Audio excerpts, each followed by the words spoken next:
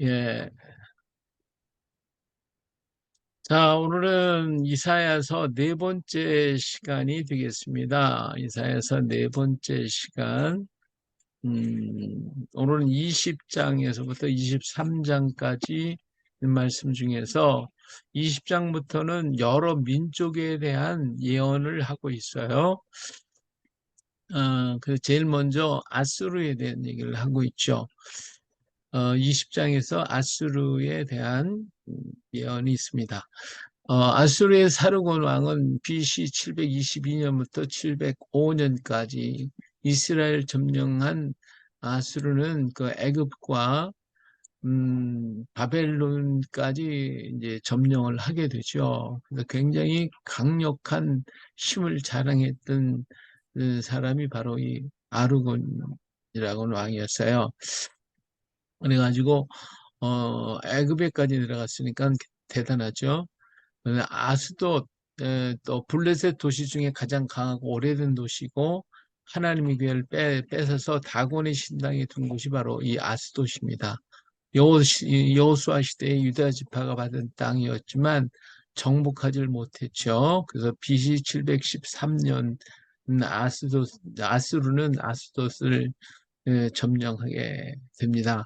그래서 이 아수르 나라가요, 저 북방, 지금 터키 땅 그쪽 지역을 장악하면서, 어, 이 아수르라는 나라가 아주 굉장히 오래된 나라예요. 그것이 중간에 사라졌다 다시 일어났다 또 다시 또 사라졌다 하는 이런 과정을 거치면서 이 당시에 최고로 강성한 나라가 되어가지고 남쪽으로는 동쪽으로는 바벨론 지역에까지 점령을 했고 이쪽으로는 어, 그 남쪽으로는 애굽에까지 점령을 해서 그 사이에 꼈던 이스라엘 왕국이 망하게 되고 그리고 그 이스라엘과 아수르 나라의 가운데 있던 아람 나라 그 아람 나라까지도 망하게 만든 나라가 이 아수르 나라예요. 그러면서 이스라엘, 유대 나라를 공격해 왔고 유대 나라를 넘어서 애굽에까지 공격했던 나라가 아수르니까 동쪽으로는 바벨론 땅, 유프라데스 강과 티그리스 강 그 유역의 하류까지 점령했고 이쪽 서쪽 지역에서 남쪽으로 내려오는 애굽의 지역에까지도 점령을 했던 굉장히 강성한 나라가 바로 이 아수르 나라였죠. 예, 그래서 20장은 의 예언은 BC 670년 아수르의 엘산을 핫돈 왕이 이루어 그때 있었던 사건을 얘기합니다. 곧 반아수르 정책을 펴온 유다의 아하스 왕과 히스기야 왕은 애굽을 의지했어요. 이에 이사야는 애굽도 망할 것이라고 전해주고 있죠. 그러니까 아수르가 강성해지고 보니까 아람 나라가 위협을 당하고 있고 그리고 이스라엘 나라가 위기를 당하고 있단 말이에요. 이제 이러한 그 상태 속에서 두 나라가 연합을 하고 그래가지고 유다와 같이 연합을 해서 아수르를 공격합시다. 이러한 제안까지도 했었으나 유다는 거기에 반대를 해가지고 북쪽 아람 나라가 아수르에서 망하게 되고 이스라엘 나라가 망하게 되죠. 그러니까 이제 아수르 나라는 유다를 갖다가 보호해 줄 줄 알았는데 보호해 주지를 않고 오히려 협박을 가하니까 그 아하스 왕하고 히스기야 왕은 북쪽 이스라엘이 722년에 망했죠. 그러고 나서 자기들을 보호해 줄 줄 알았거든요. 두 나라가 아람 나라하고 이스라엘 나라가 유다를 갖다 괴롭히니까 유대 나라가 아수르한테 얘기를 해가지고 아수르가 공격을 하게 만들었단 말이에요. 그래서 이스라엘이 망하고 아람 나라가 망했어요. 그래서 유다 나라는 아수르에게 도움을 받을 줄 알았는데 도움을 주기는커녕 아수르 나라가 유다 나라를 계속 괴롭히고 공격을 해온단 말이에요. 그러니까 유다 나라는 이제 애굽으로 내려가지고 애굽의 도움을 받고 싶어서 애굽한테 이제 얘기를 하게 되죠. 그런데 이 일에 대해서 이사야 선지자는 뭐라고 하냐면 애굽도 망한다. 애굽도 망하는데 왜 애굽을 의지하려고 그러느냐. 애굽 의지하지 말아라. 하고 얘기하는 것이 바로 이 20장에 나타난 예언의 말씀이에요. 자, 이사야의 증거, 이사야는 몸으로 설교를 하다가 몸으로 설교를 해요. 어떻게 하냐? 3년간 벗은 말로 행하면서 소리 없는 설교를 해요. 그렇지만 유다는 깨닫지 못하고 계속 어디요? 애굽을 의지해. 왜 벗은 말로 행하느냐 하면 그것은 다른 게 아니라 너희가 포로로 잡혀간다는 것은 바로 옷을 벗기고 신발도 벗겨놓고 그러고 끌고 가거든요. 이것이 바로 포로의 모습이란 말이에요. 일본이 그 기독교 박해 운동할 때, 물론 그 당시 이게 천주교였지만은 그 신자들을 어, 데려다가 잡았다가 전부 다 이 겨울철에 맨발을 벗겨가지고 그러고서 이 1000km를 끌고 갔단 말이에요. 1000km를. 끌고 가가지고 그를 십자가에 처형을 한 그런 역사가 있어요. 이와 마찬가지로 포로를 잡혀갈 때는 거기는 뭐 열대 지역이기도 하겠지만은 옷을 다 벗기죠. 그 다음에 맨발로다가 끌고 가다 뭐 쓰러지면 죽이는 것이고 그러기 때문에 그 모습을 지금 이사야가 하고 있는 거예요. 너희가 하나님 의지 않고 애굽을 의지하면 이렇게 된다. 하고 말 없는 설교를 하고 있는 것이 이사야의 설교의 모습이에요. 그러면 이것을 보고서 유다가 깨달아야 되는데 깨닫지를 못하고 계속 애굽을 의지하게 되죠. 그자 이제 아수르가 애굽을 공격하는 게 애굽이 망하자 애굽을 의지하던 유다도 망하게 되니 소망이 끊어졌다. 세상의 것 의지하다가 세상 것 망하면 함께 멸망하게 됐죠. 우리가 진정 의지할 것은 오직 피난처 되신 하나님밖에 없는데 사람은 하나님은 안 보이고 저 보이는 세력들, 보이는 나라 이걸 의지한단 말이에요. 오늘 우리들의 삶도 안 그러겠습니까? 먼저 우리가 어떤 문제에 부딪히면 제일 먼저 생각할 게 누구여야 돼요? 하나님을 의지해야 되는데 하나님 의지하기보다는 보이는 거 거기 먼저 마음 뺏기잖아요. 거기 가야지. 내가 아프다. 그럼 먼저 하나님께 기도하는 게 원칙 아닙니까? 우리 믿는 성도는 하나님 내가 아픕니다 하고 하나님 앞에 기도하고 하나님의 치유를 기다리면서 다음번에 해야 할 건 뭐 의사한테 가든지 뭘로 해서 하나님이 인도하시는 대로 가는 것이 원칙인데 우린 그 생각은 싹 잊어버리고 아프다 병원부터 가야지. 어느 병원이 좋대 이거 좋대 이것부터 생각할 때가 많잖아요. 이거 우리들이 보통 삶 속에서 이루어지는 거 아닙니까? 그렇죠? 이것을 하나님이 과연 하나님 편에서 보실 때에는 과연 우리들의 행동이 이게 좋은 거냐, 잘하는 거냐, 뭐 의사도 과학 이거 다 하나님이 주신 건데 뭐가 잘못됐냐 하지만 우리들의 마음의 자세가 과연 올바른 거냐 하는 것이죠. 기왕이면 먼저 하나님을 찾고 어떤 문제가 닥쳤으면 하나님을 찾고 하나님께 기도한 다음에 하나님께서 주시는 지혜를 따라서 사람을 만나든지 어떤 일을 하든지 하는 게 원칙 아니겠어요? 근데 그거는 하나님 잊어버리고 하나님 안 보이니까 우선 보이는 것을 치지만 그쪽으로 따라가게 된단 말이에요. 지금 유대 나라가 지금 그런 말이에요. 아수르가 공격하니까 어때요? 하나님 앞에 가서 엎드려야 되는데 그렇게 않고 어디로 애굽에 가서 도움을 요청하게 되니까 하나님이 과연 기뻐하시겠냐 그 말이에요. 자, 21장에 가면 저 바벨론의 멸망에 대한 예언을 하고 있어요. 21장에서는 이제 바벨론이 망한다. 이 해변 광야는 바벨론을 말하고 있어요. 그래서 해변 1절에 보면 성경책을 펴놓고 보시면 더 좋습니다. 그래서 해변 광야에 관한 경고라 그랬죠. 그래서 이 바벨론은 유브라데스 강과 티그리스 강이 연합해 가지고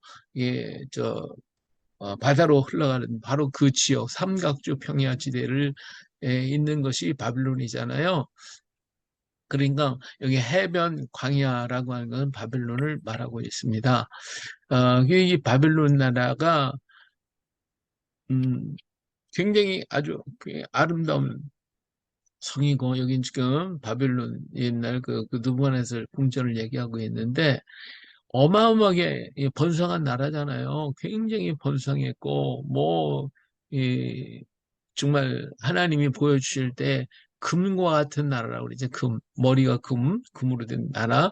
이렇게 아주 잘 살고 문화가 발달되고 문명이 발달되고 오늘날로 얘기하면 뭐 그냥 미국과 같이 그렇게 그냥 잘 사는 나라, 힘 있는 나라, 견고한 나라, 누가 감히 칠 수 없는 그런 나라가 뭐예요? 바빌론이잖아요. 이 바빌론 나라인데 근데 이 나라가 그냥 너무 어처구니없이 망해요. 어처구니없이.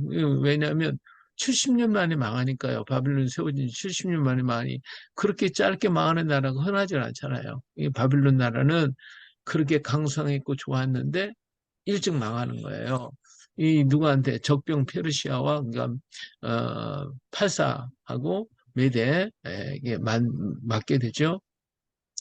적군의 침입은 회오리 바람. 그러니까 회오리 바람이 우리나라에서는 회오리 바람 별로 뭐 크지 않죠. 미국에는 굉장하죠. 예, 토네이도 한번 쭉 지나가면 도시가 막 다 없어지듯이 마치 바벨론이 그렇게 망한다는 거예요. 바벨론 땅이 양 토네이도가 지나가는 것처럼 회오리바처럼 그렇게 망하게 될 것이다. 그죠?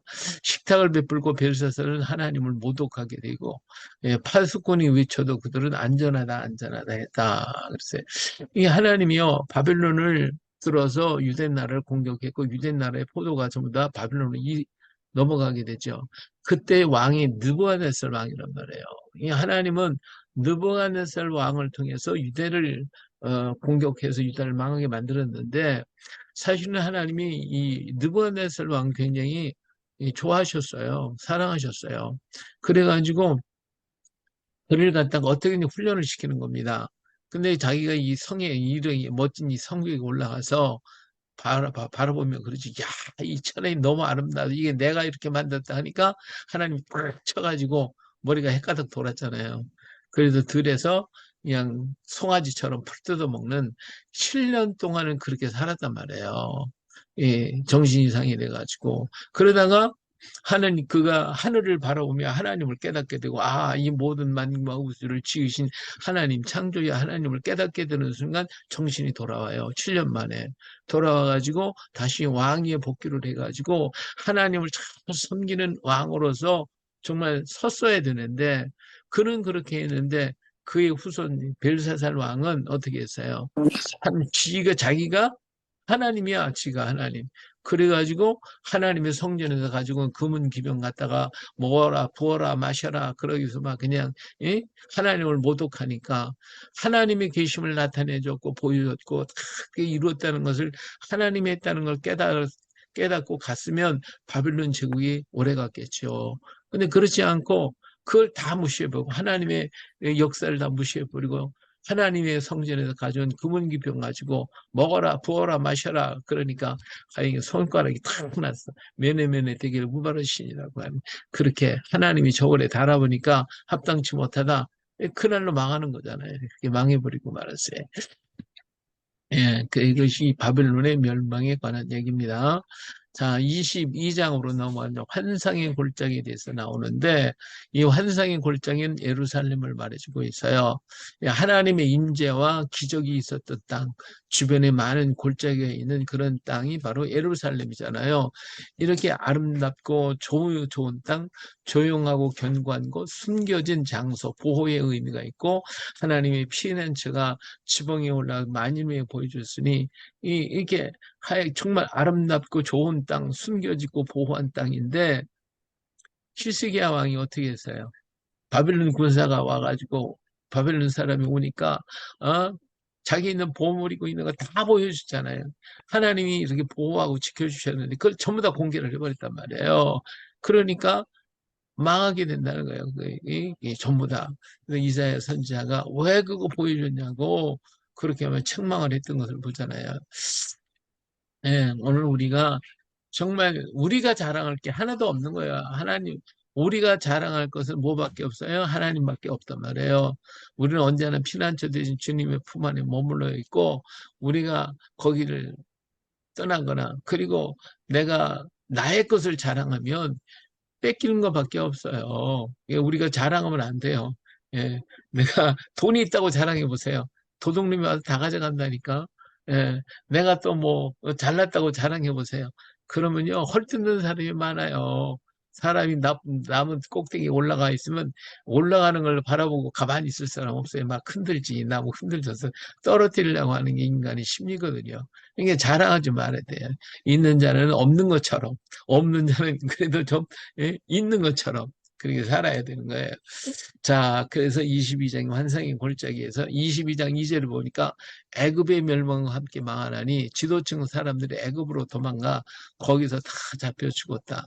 예, 하여튼 이 사람들이요 나중에 그냥 애굽에까지 의지하면서 의지하지 말라니 그 애굽에까지 도망을 가죠. 그랬다가 거기까지 쫓아가서 바빌론이 공격해가지고 그 도망가는 사람들까지 색출해서 죽이는 그런 역사도 있었단 말이에요. 그래서 이러한 그 힘들어하는데 나를 위로하지 말라. 하나님의 아픔을 누가 위로하겠냐만 하나님의 사랑의 마음 복받 그 아픔을 우리 하나님께서 말씀해 주는 우리가 성경을 보되 문자적으로만 보면 이해를 못해요. 그 성경 속에 하나님이 말씀하시는 그 마음을 읽을 수 있어야 돼요. 왜 하나님이 이런 말씀을 하셨는가? 하나님이 무엇 때문에 이런 말씀들을 이렇게 하고 계시는 그 속에 담겨지는 하나님의 마음은 어떠하신가? 이거를 볼 수 있어야 우리는 성경을 많이 이해할 수가 있습니다. 요즘에 이제 우리가 학문들이 하도 좋아져 히브리어, 헬라어까지 하고 막 그냥 원어 연구하고 막 그런데 그것이 과연 하나님의 마음을 아는 건가? 그 상황과 모든 걸 어느 정도 이해할 수가 있지만 진정한 하나님의 마음은 그 전체의 틀 속에서 그 말씀을 할 때 어떤 단어 하나가 문제가 아니라 그 전체에 흐르는 맥을 볼 줄 알면 그것이 귀한 거예요. 근데 이 맥을 모르고 어떤 문자에 매여 있거나 어떤 단어에 매여 있으면 그러면 정말 알아야 할 것을 놓쳐볼 수가 있어요. 우리가 공부도 많이 해야 되겠지만은 더 중요한 것은 하나님의 마음을 알고 이렇게 말씀하신 그 하나님의 뜻을 깨달아서 전할 수 있다면 그것이 굉장히 귀중한 것이 되겠죠. 예, 그래서 여기서 하나님 나를 위로하지 말라. 예, 하나님의 마음을 아픔을 위로할 사람이 누가 있어요. 예, 그렇지만 하나님의 사랑하는 마음, 그 하나님의 이 유대 나라 이스라엘 나라를 멸망케 하실 때의 그 마음이 어떠하셨을까? 우리가 한번 생각해 봐야 되겠다 하는 것이죠. 예. 자, 7절부터 10절 보면 유다에게 덮였던 것을 벗기시 숲을 곡간 병기 솔로몬의 병기고를 얘기하고 있는데 유다가 알지 못한 것들 숨겨졌던 지하들 텅 빈 국고와 군사들 나라가 망한 것도 알지 못하고 있는 그 이스라엘의 아픔들 이런 것들을 하나님이 보시는 거죠. 하나님은 5절부터 11절 사이 하나님은 여러모로 방비하게 했으나 하나님 의지 않고 제멋대로 행했어요. 하나님께서 여러 가지로 다 준비를 해 놓으셨었는데 근데 하나님 의지하는 게 그게 무슨 소용이냐 말이에요. 바벨론 나라가 그렇게 힘이 없어서 그것도 돈이 없어서 가난해서 망했나요? 안 그렇잖아요. 그렇게 아무리 화려하게 좋아도 하나님 버리면 소용없어요. 우리나라가 지금 굉장히 잘 산다고 그러고 모든 게 했으니까 북한보다 낫다 이렇게 떠들어도 하나님이 아니야 그럼 끝나는 거예요. 예, 우리가 아무리 약해도 하나님이 지켜주시면 우리는 강해질 수가 있습니다. 할렐루야. 예, 세상의 모든 나라를 보면요. 약할 때 망한 나라는 없어요. 약할 때 망한 나라는 많지 않아요. 워낙 약해서 강한 나라가 침범해서 망할 수도 있지만 그거보다는 지금 러시아하고 우크라이나 볼 때 이건 싸움이 안 되는 거거든요. 근데 우크라이나 지금 견디고 있잖아요. 싸우고 있잖아요. 그렇잖아요. 그런데 오히려 잘 살던 바벨론 같은 나라가 하루아침에 망한다니까요. 예, 잘 살고 부유한 나라가 쉽게 망하지 가난한 나라가 쉽게 망하는 법은 없어요. 예. 자, 12절부터 14절에 죄로 인한 글자가 틀렸네. 고통의 날을 회개하라 하심인데 오히려 먹고 마시고 하나님을 대적하고 있다고 말씀하고 있고요. 그 다음 15절에 셈나는 국고를 맡은 친애굽의 지도자들이 있는 곳인데 자산들의 권력을 재산이 자기 재산을 의지하고 국고를 자신을 위해 탕진하는 세력들을 이런 사람들 포로 가지고 권력으로 뺏기게 이게 하나님 이게 국가의 돈을 자기 것처럼 막 쓰는 거예요. 자기 것처럼 이렇게 쓰는 사람들이 있었어요. 그러니까 이 망할 수밖에 없죠. 그 나라가 경제가 그냥 뭐 엉망진창이 되는 거예요. 예. 그러니까 나라가 망하는 이유 가운데 하나도 정권을 잡은 사람들이 그 돈을 자기 것처럼 막 쓰는 거예요. 자기 것처럼. 오늘날 우리나라의 정치 지도자들이 과연 바르게 돈을 쓰고 있을까? 예, 이거 한번 생각해 봐야죠. 그렇죠? 예, 그와 마찬가지로 우리 교회도 또 그렇다고 봐요. 교회도 하나님 앞에 정말 우리 성도들이 아픔과 고통과 참 눈물로 하나님 앞에 드려진 귀한 헌금이잖아요. 그 헌금을 우리가 사용할 때 정말 복되게 쓰고 있는가? 성도들의 아픔을 생각하고 그들에게 복을 주기 위해서 내 이물질을 복되게 써야 되겠다. 이런 교회가 과연 얼마나 있는가? 우리가 한번 생각해 봐야 되겠죠. 하나님이 보실 때 우리 교회들이 특히 또 우리 교육자들이 그 돈을 가지고 쓰는데 참 그 쓸 때에 정말 복되게 써서 그들이 하나님께 드리는 헌금이 복된 곳에 쓰여지고 또 그들이 그것 때문에 복을 받도록 만들어야 할 책임이 오늘 우리에게 있지 않는가. 우리가 한번 생각하면서 우리가 쓸 수 있는 물질도 그렇게 써야 되지 않을까. 그렇게 봅니다. 자, 16절에 가서 뭐 묘시를 받느냐, 부와 명예를 쌓고 자신을 위해 쓰면서 하나님 때를 기억하지 못하고 있다. 묘시를 받는 것은 돈 많고 권세 있는 자들이네. 왜 이렇게 자기 묘 만들어 놓잖아요. 그렇죠? 예? 돈 들여서 그런 데 쓴다 이거지. 이 다 쓸데없는 데다 돈을 쓴다 이거예요. 예, 하나님이 기뻐하시겠냐 그죠? 우리에게 주신 하나님의 물질을 그렇게 허탄한 데다 쓸 때에 과연 하나님이 기뻐하실까 하는 것이죠. 그래서 우리가 단돈 1,000원이라도 정말 귀하게 복되게 쓰면서 이것을 드리는 하나님 앞에 드린 성도들을 위해 축복하고 기도해주고 그들이 잘 되게 해달라고 우리의 그런 마음을 가지고 써야 되지 않겠냐 하는 것이죠.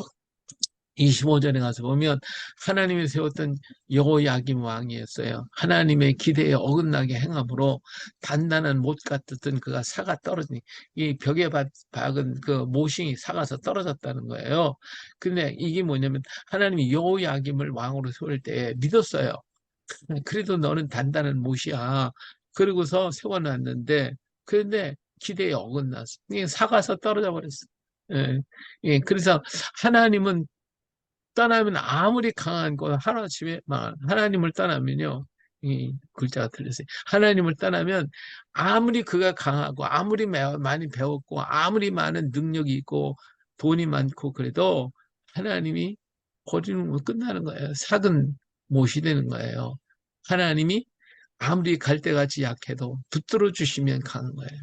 그렇잖아요. 이 종이 한 장이 아주 보잘것없어요. 보잘것없이 하나는 하지만 그 종이가 벽에 탁 갖다 붙어 있으면 종이가 찢어질 리가 없잖아요. 그렇죠? 벽이 무너지지 않는 한 그와 마찬가지예요. 예, 우리가 강하다고 하나님 없어도 돼. 그러면 그냥 무너지는 거지, 무너지는 거지. 그래서 오직 하나님만 영원하십니다. 할렐루야. 예, 우리가 아멘. 나이가 들으니까 어떻게, 나이가 들으니까 어떡하죠? 아이고, 내가 늙었으니까, 아이고, 못해. 저도 이제 은퇴하고 보니까 사람들이 만나면 전부 다 뭐 나이가 많고, 이제 뭐 할 일도 뭐 하고, 그러니까 안 하려고 그래. 근데요, 하나님도 나이 먹나요? 하나님도 늙으시나? 예. 아니요. 하나님 어제나 오늘이나 변함이 없으셔. 내가 약할수록 더 하나님 의지하잖아요. 육신은 후패하지만 영혼 날마다 새로워지는 거 아닙니까? 그렇죠? 우리 세계 아멘. 역사를 과정을 가만히 보면 젊은 사람들이 일으킨 것은 그 뭐 전쟁을 해서 승리한 뭐 나폴레옹 같은 사람 이런 사람들은 그렇게 좀 했지만 정복하는 데는 젊은 사람이 썼어요. 그러나 세계의 어떤 큰 역사를 일으키고 세운 것은 노인들이 했어요. 다. 젊은 사람이 안 해요. 예. 그러니까 나이가 많다고 내가 병이 들었고 약하니까 또 힘이 없으니까 늙었으니까 못한다. 아니요. 하나님은 늙지 않았어요. 하나님은요, 병들지도 않아요. 예나 지금이나 하나님은 언제나 동일하신 하나님. 창조주의 하나님, 능력의 하나님이십니다. 할렐루야. 그러니까 우리 아멘. 하다고 하면 안 돼. 나는 약하나 누구는 강하시다. 하나님은 강하시다. 그 하나님은 영원하시다. 믿습니까? 그렇게 아멘. 못할 게 하나도 없어. 못할 게 없어. 그러니까 하나님이요, 욥을 갖다 훈련시켰잖아요. 우리가 욥이, 뭐, 의로운 욥이 그냥 이유 없이 고난당했다고 생각하는데, 그게 아니에요. 욥이 알고 있었던 하나님은 그냥 하나님이었어요. 그런데 나중에 환난 당하고 고난 당하고 난 다음에 하나님이 욥에게 말씀하신 게 있어요. 그게 뭐냐면 이 세상 모든 지대를 놓을 때 너는 어디에 있었냐 하는 식으로 계속해서 하나님이 물어보시는 장면이 뭐냐면 내가 창조주다. 내가 하나님이다. 내가 창조주다. 세상 모든 만물을 창조한 것이 나다. 이걸 일깨워 주셨거든요. 그렇기 때문에 그가 나중에 내가 무지한 말로 하나님 앞에 너무 부끄럽습니다. 내가 너무 하나님 앞에 죄를 졌습니다. 하고 하나님 회개하잖아요. 그러니까 욥에게 일궈준 건 뭐냐면 내가 하나님 창조주의 하나님이시다. 이걸 말씀해 주고자 하셨던 거예요. 그걸 욥이 깨닫고 나서 그런 모든 고난에서 벗어나서 새롭게 하나님을 의지하는 모습을 보게 되는 겁니다. 바로 그거예요. 오늘 우리가 아무리 약하더라도 우리가 아무리 나이가 많고 늙더라도 우리 하나님 늙질 않아요. 우리 하나님 약해지는 적이 없어요. 그러니까 우리가 더 하나님 의지할 수 있잖아. 약하니까 더 의지할 수 있잖아. 그러니까 하나님이 더 크게 역사하실 것입니다. 할렐루야. 예. 아멘. 우리 믿음 가지고 우리 전진해 갑시다. 여호와 하나님만이 영원하십니다. 예, 23장과 24장에 가면 이제 두로와 시돈에 대한 얘기가 나옵니다. 예, 여기 이제 지도에 이제 두로, 예, 사르와 시돈, 베루트, 여기 이렇게 이제 지중해 연안에 있고 있는 나라가 두로와 시돈 땅인데, 두로는 유다의 북서쪽에 지중해 연안을 위치한 무역 항구에 있고, 그 무역으로 부여해진 그 나라가 바로 이 두로와 시돈입니다. 이 두로와 시돈이요, 페니키아 상인들입니다. 페니키아 사람들. 이 사람들은요, 주전 천년경, 다시 말하면 솔로몬 시대 이전부터 항해를 통해 지중해 지역을 다니면서 이 땅을 점령하기도 했고, 무역을 통해 가지고 돈을 어마어마하게 버는 사람들이 들어와 시돈 사람들입니다. 근데 이 사람들은요, 그러니까 육지를 통해서 지금 말해 우리가 얘기하면 실크로드죠. 동방에서 오는 상인들의 물품을 여기서 받아요. 받아가지고 여기서 배를 타고 그 다음에 이쪽 지중해를 통해 가 유럽 지역을 갔다가 그 물품을 팔아요. 그리고 여기 있는 물품을 가져다가 또 이 육로를 통해서 실크로를 통해서 보내서 그 차액을 가진 사람들이 들어와 시돈 사람들이라 무역업을 통해서 어마어마하게 부유하게 된 땅이 두로와 시돈입니다.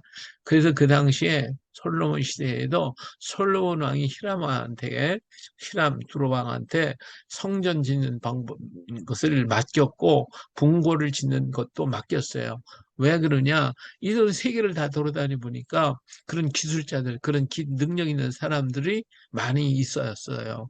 그러기 때문에 솔로몬이 그걸 알고 그들에게 다 맡겨가지고 성전 짓고 그다음 궁궐을 짓도록 만들었고 나중에는 두로와 시돈 사람들을 이렇게 두로왕 히람하고 손을 잡아가지고 에시온 갭이라는 지중 쪽에 홍해 바다 쪽에 무역 항구 만들어서 무역 배를 만들어 동방으로 가는 백기를 열잖아요. 이 육지를 지나서 오는 그 사람 상인들이 가져오는 물품은 많이 갖고 와도 얼마 못 갖고 와요. 그런데 백기를 통해서 배를 통해 가면 엄청나게 많은 물품을 가져올 수가 있으니까 이것으로 인해서 두로와 시돈은 더 그냥 부자가 됐고 솔로몬도 얼만큼 부자가 됐냐면 그냥 금을 갖다가 돌덩어리 쓰듯이 예? 그렇게 쓰는 때가 솔로몬 시대잖아요. 무역을 통해 그렇게 부자가 됐다니까요. 근데 그 당시에 우리나라에까지도 무역을 했어요. 우리나라에 금을, 황금을 가져갔단 말이에요. 그 정도로 이 두루와 시돈 땅이 부유한 땅입니다. 그런 부유한 나라. 예. 그런데 이렇게 돈이 많고 부유해지니까 어때요? 사치하고 음란하고 술수 등 갖가지 죄악으로 가득한 곳이 바로 이 두로와 시돈 땅이었어요. 그래서 BC 664년에 아스르반발이 공격을 하게 되죠. 그리고 605년 바벨론 느부갓네살이 또 공격을 하게 되고 572년에 느부갓네살이 정복을 하게 됩니다. 그리고 난 다음에 후에 페르시아 그리스의 알렉산더가 이 두로와 시돈을 갖다 완전히 정복을 해버리고 말죠. 그래서 그냥 끝장나 버리는 것이 두로와 시돈 땅입니다. 이 두로의 사치에 대해서 이사야 선지나 저 에스겔 선지자 이런 사람들은 이 사탄을 비유해서 말하고 있잖아요. 그렇게 이 돈이 많아서 잘 되는 게 없어요. 사실은. 그래서 너무 부하게도 말고 너무 가난하게도 말고 그저 적당하게 주시옵소서. 그게 축복입니다. 항상 모자른 듯 주시는 게 축복이에요. 할렐루야. 예, 그냥 마음껏 썼으면 좋겠지. 마음껏 그냥 뻥뻥. 근데 그것이 축복이 아니라 오히려 저주가 될 수가 있는 거예요. 예, 복권 다 가지고 실컷 쓰면 축복받은 것 같은 오히려 그것이 저주가 될 수가 있다는 거 우리가 기억해야 할 것입니다.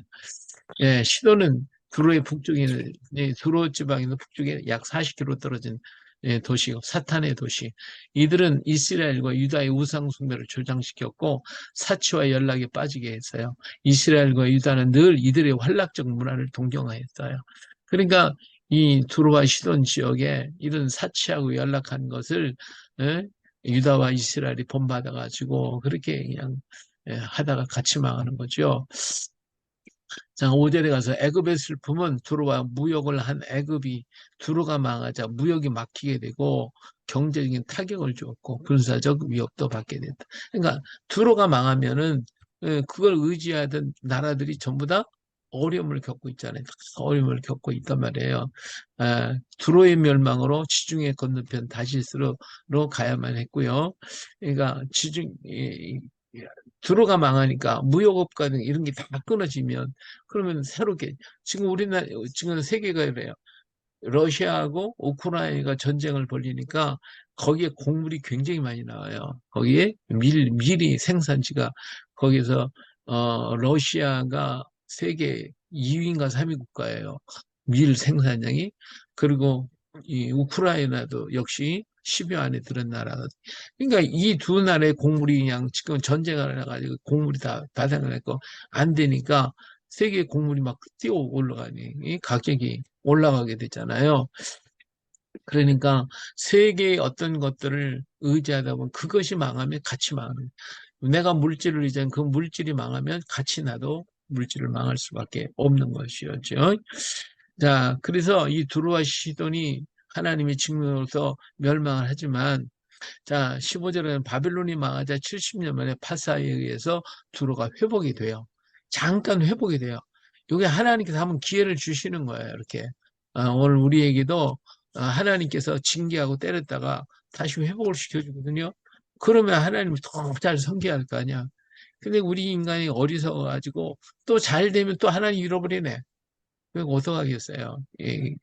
메디어 바사가 또 그랬어요. 자, 17절에 가서 기생의 노래가 나오죠.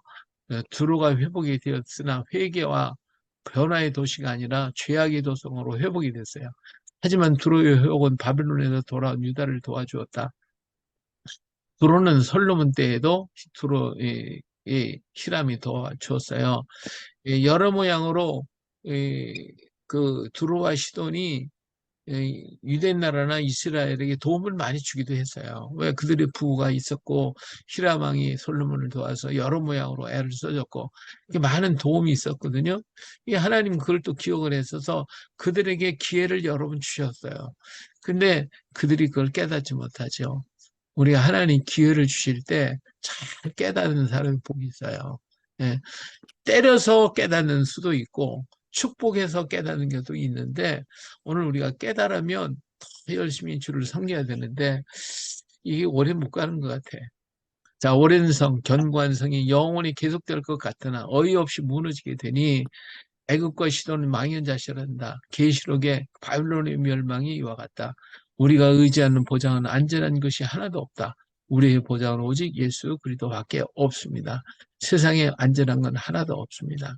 미국이 우리는 안전하다. 미국 자꾸 의지하는데 아니요. 그 나라도 하나님은 바로 서지 못하면 미국이라는 나라는 지금도 자꾸 약해져 가고 있는 걸 모르고 있어요. 그거 깨달아야 돼요. 미국이요 청교도의 정신을 회복해야 됩니다. 예, 청교도의 정신을 회복해서 그들의 힘과 능력, 그 권세를 가지고 인류 구원에 앞장서야지 경찰 국가가 되겠다고 싸우려고만 자꾸 하면 그러면 안 돼요. 그러면 하나님 기뻐하지 않습니다. 그 물질, 힘, 그런 권세를 가지고 자기들이 지금 다스리고 하고 있는 나라들에게 복음을 자꾸 줘가지고 그들로 하여금 주 앞에 돌아오게 하는 청교도의 정신이 미국의 회복이 될 때 하나님 미국을 다시 세울 것이지만 그렇지 않고 자꾸 경찰 국가 노릇을 하려고 그러면 하나님이 무너뜨립니다. 그래서 미국이 자꾸 약해지는 걸 깨달아야 돼요. 예. 자, 그 다음에 이제 열방에 대한 심판에 대해서 24장에서부터 27장까지 나타나고 있는데 지금은 이제 두로와 시돈과 바벨론과 아스로 큰 나라 이스라엘 주변에 있었던 나라에 대해서 얘기를 했고 이번에는 작은 나라 별로 크지 않는 그 열방에 대한 심판에 대해서도 말씀한 것이 24장에서 27장에 나타나는 것이 그렇기 때문에 24장은 작은 묵시의 책, 마태복음 24장도 역시 묵시의 책인 것처럼 인류의 최종적인 심판을 다루고 있고요. 땅은 황무하고 사람은 상하 좌우가 없고 세계는 공허하고 모든 이런 하나님 심판이 있는데 그것이 바로 죄 때문에 그렇다. 그래서 6절부터 13절 사람들이 다른 것의 길을 찾으려고 하지만 해결이 되지 않죠. 그러나 거기에는 누가 있어요? 남은 자들이 있다. 남은 자들이. 피난처에서 나오는 자들, 동방에서 구원받은 사람들, 탄식하고 우는 사람들. 이방에 구원받고 선민이 회개하면 온전한 심판이 이루어지게 되니 사단의 군대를 멸하시며 여호와의 왕이 왕으로 임하실 것을 얘기해주고 있습니다. 여기에서 24장에 가서 보면요, 하나님께서 이 모든 걸 다 땅을 공하게 만든다고 그랬죠. 예, 다. 예, 그리고 음,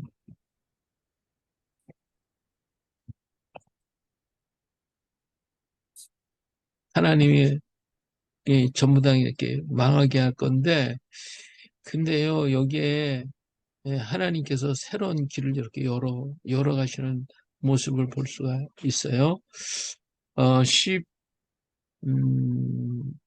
14절 이하에 가서 읽어보면 15절에 그러므로 너희가 동방에서 여호와를 영화롭게 하며 바다 모든 섬에서 이스라엘의 하나님 여호와의 이름을 영원롭게 할 것이다.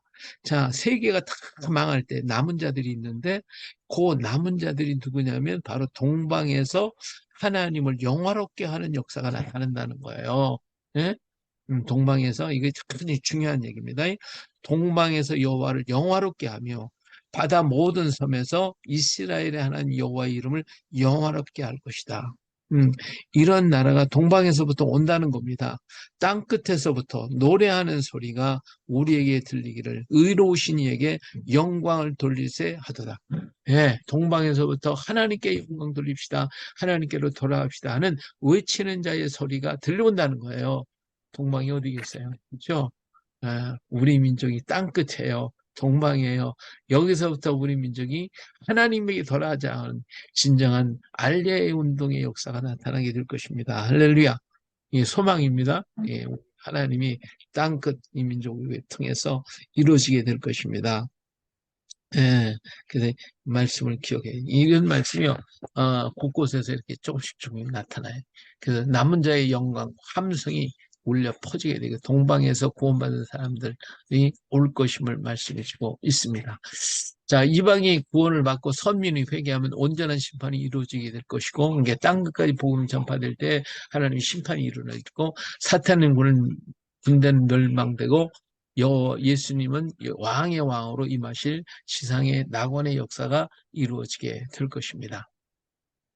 25장에 가서는 여호와는 나의 하나님이시라. 이제는 피난처 되시고 연회를 베푸시는 하나님. 그래서 눈물을 씻겨주시고 수치를 제하시고 그리고 기다리는 성도에게 하나님의 구원의 역사가 임하실 것을 볼 수가 있습니다.